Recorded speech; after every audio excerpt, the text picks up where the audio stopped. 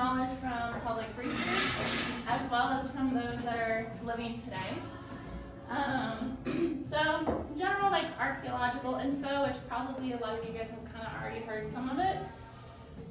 Remains found on Santa Rosa, 13,000, from 13,000 years ago. Newer research does suggest, though, that there's presence from up to 19,000 years ago, specifically San Miguel, and that's found through burned plant and food. And then there's over 100 paleocoastal sites found on the northern islands. There's many, many, many more underwater, though. So a lot of it can't be researched because it's underwater, or it's really difficult and it's way too expensive. And then burning landscapes on the islands were necessary to preserve the grasslands for food sources. And then the Chumash did translocate various species and organisms at least up to 10,000 years ago, including the deer mice. Diet: red abalone, sea mammal, fish, mussel. This is actually a picture of Chumash from today getting mussel off the islands and eating it there. So it kind of ties into that there's still that living culture today with it. There's also evidence of diving and long-term diving with swimmer's gear and remains of the Chumash found off the islands. And then, the usual plant foods, blue dicks, miner's lettuce, my personal favorite. And then technology, we know the tools, which are the fish hooks, harpoons, bow and arrow, and then beads and jewelry, which they were actually found to be traded all throughout the Great Basin.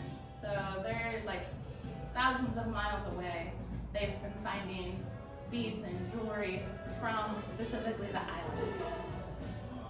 And then historic period, the worst.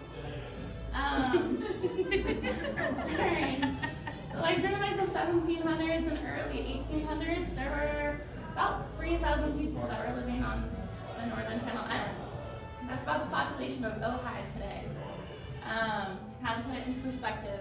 So the largest villages had more than 100 people, and a typical village had about 10 to 25 houses. So these were the villages that were at Prisoners Harbor, Scorpion, and each house had up to 10 people. So that kind of tells you just how large these communities were. So what changed? If you don't know, what are you doing? 1769, the Spanish gained rule of California, including the Channel Islands, and the missions began. That's kind of, sorry, I keep moving, Maria. No, you're not. His head got in the way. And so, the missions is really what kind of turned things around. By the 1820s, so within 40 years approximately, the remaining Chumash were forced off the islands and into missions. A lot of it was because their population sizes on the islands were diminishing from so much movement into the missions, as well as food sources. A lot of droughts were happening in the 1800s as well. So there was just kind of everything building up, as well as disease and stuff like that. And then the missions didn't actually last that long. Even though they have such a huge standpoint in California history, they really were only around, for 50 some odd years. So in 1833, the Mexican government took over, the missions ended, and the Chumash were promised that Native people would be able to buy up those properties. Ended up not happening. So they were sold to other private folks, including the islands. And then in the 1960s, the last first language speaker of the Chumashian language passes away. So quite literally, there were 6 different Chumash languages, and the last person who spoke any of those languages as their first language passed away in the 1960s. But there's living culture today. So Chumash people are still around. Lulapan Chumash Foundation, they're currently engaged in revitalizing at least the Venturino Chumash language. They offer speech courses to their community, culture camps connecting coastal and inland Chumash individuals to the islands. As like a personal note, my boyfriend is Chumash, and he's one of 2 Chumash language teachers. And so he helps revitalize that language. His niece and nephew were actually the first children since the 1960s to be able to speak the language as they were as a first language. So that's really, really cool, and it's still around and it's coming back. And so also the Barbarina Venturino Band of Mission Indians, they're currently building out 2 tumults. Alex has actually helped work on them as well. And they lead cultural events such as like the winter solstice. And then just individuals as well, not just in a band of, the tribe or anything like that, just people practicing language, tool and jewelry making, and connecting with their ancestral homelands. And closing. This is winter solstice last year. You may see me in the background there. But yeah, I just wanted to kind of focus mainly on island Chumash and their relatives. There are like 14 different bands of Chumash, so that's not just, one culture, one mindset. There's many different ways that Chumash people practice, and it's one of the largest Native American populations. They had one of the biggest cultures in the U.S. So it's not just like one thought. And I know Senni and Ez, they're federally recognized, so they get a lot of the understanding and discussion. But there's different bands of Chumash. So yeah. There you go.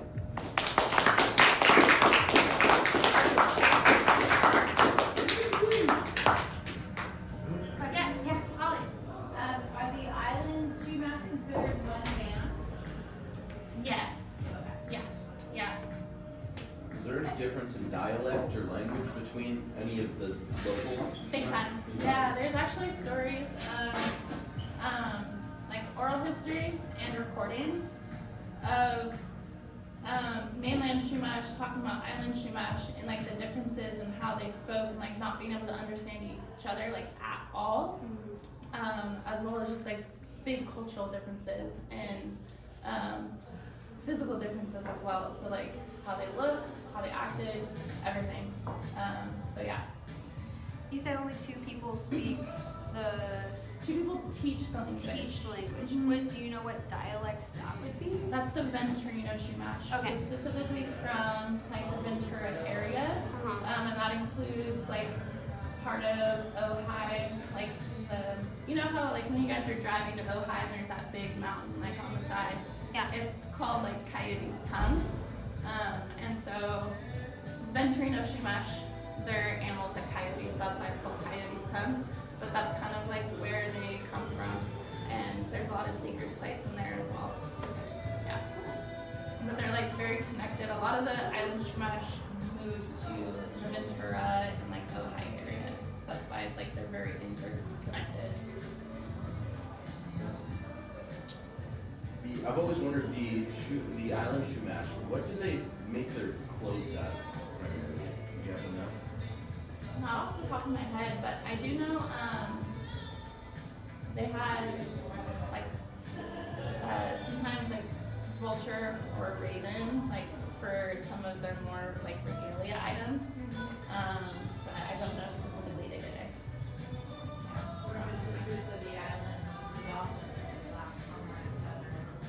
They did love their, yes, yeah. My Sal, my boyfriend, he talks very highly of he's I would love a black cormorant feather cape right now. Yeah, they're beautiful.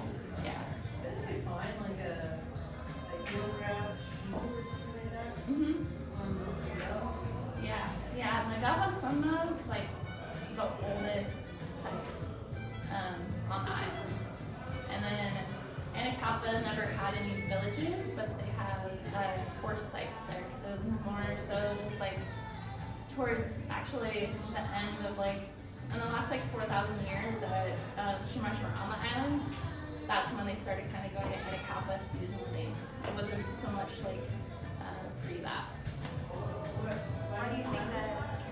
It was like the last like 4,000 years of their time on the islands. That was primarily when they were visiting Anacapa, just because it didn't have resources except seasonally. So yeah. I'm curious why. I'm like why that time frame? Is like what else is happening in Because that there were time? more interactions with like Spanish, Cabrillo and everything, Okay. and like resources, and also their population size was getting so big that they were trying to go to different islands and find different resources. If you ask some of the people today, they'll call Anacapa Chumash hell. And they'll say that's hell, yeah, that's where they go. They're definitely stopping there and eating. Yeah.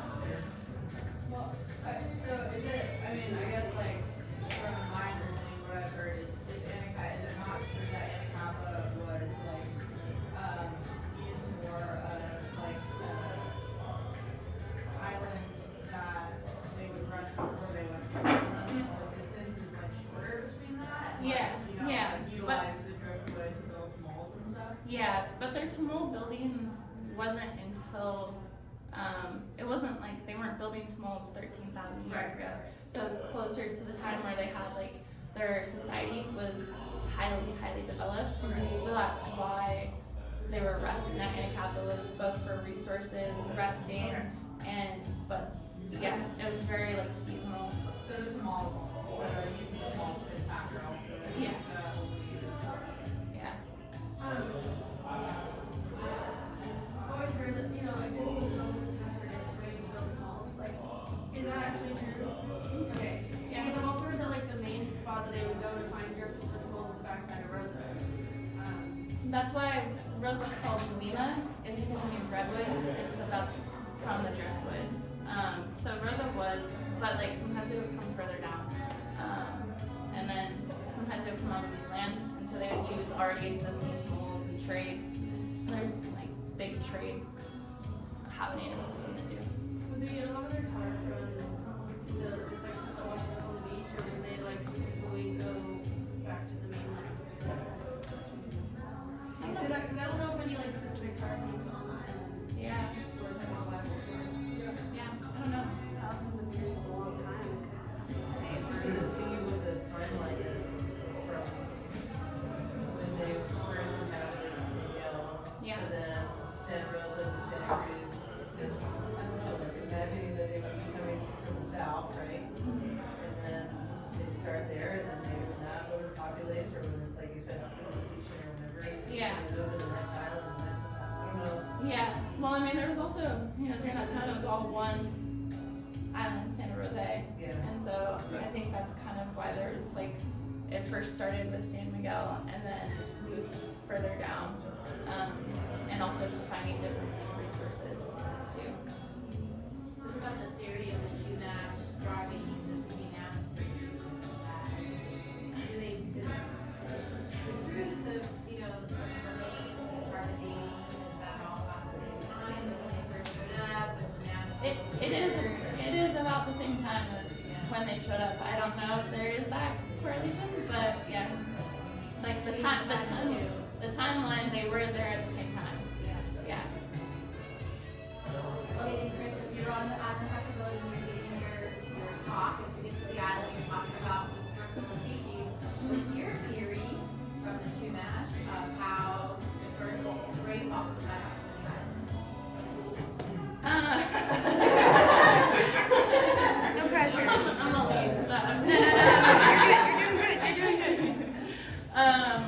the consensus is that they brought them there, and because there is also evidence of dogs that were run on the island before the gray foxes were brought out there. So Dogs like we know it? similar. It's Yeah. okay. Yeah. So Too, I seen, I read something one time that was,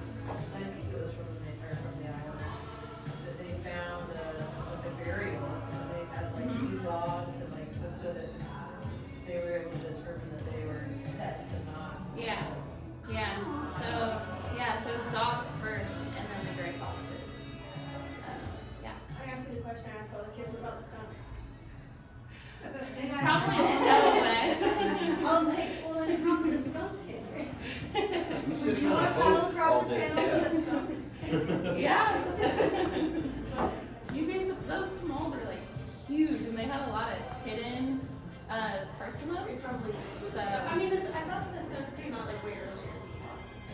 Maybe I think I got it. I think I read it. Like, I was often like the newest one. I think that's right. Whereas the fox bones are definitely younger than yeah, the human bones, so maybe 6,000. So by then it was more like 4 individual islands by then. yeah, yeah, The skunks were already there. yeah. Quinn. Were they brought to, like, both of the mission, like, Ventura, Santa Barbara, what, like, is it also? Yeah. Yeah. Or is it like a mix, or?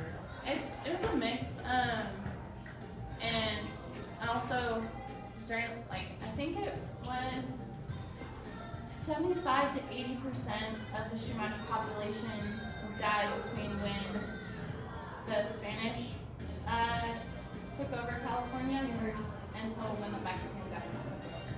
So that's a huge population that was taken out. And so it left a lot of ramifications. And so, but it was between Santa Barbara and Ventura, and then some Chumash also just left. They snuck away and they went more inland. And then there's a huge revolt in 1833, which if you ever see Sal, you can ask him about, because that's what his capstone was about, was their 1833 revolt, 1824 revolt. So And that was during the Mexican-American, or during the Mexican period, right? no, that was during the Spanish. Sorry, it was 1824. I messed up the date. Because the Mexican government took over in 1830. Oh, sorry, 18, sorry. Yeah, yeah. 20 years before. Was your the South Dakota Santa Barbara Independent was a great article, Yeah, yeah. And he's done a couple podcasts as well, and a lot of other history. And yeah, so his family comes directly from Scorpion, as well as the Ventura area, so Venturino, Chumash. And that's the only upside of the missions, is that they did keep really good history and documentation, and so that's why he was able to track his family to be one of the last families to leave the island. Yeah. What have you, just having been around a bunch of Chumash people that have taken our votes, or Yeah. maybe farmers, whatever, what is, is there anything that they wish we don't say, or that they think we should say?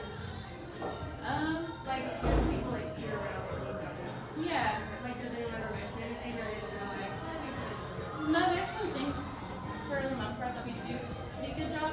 I think touching more on the fact that people are still alive today and that there's still culture today.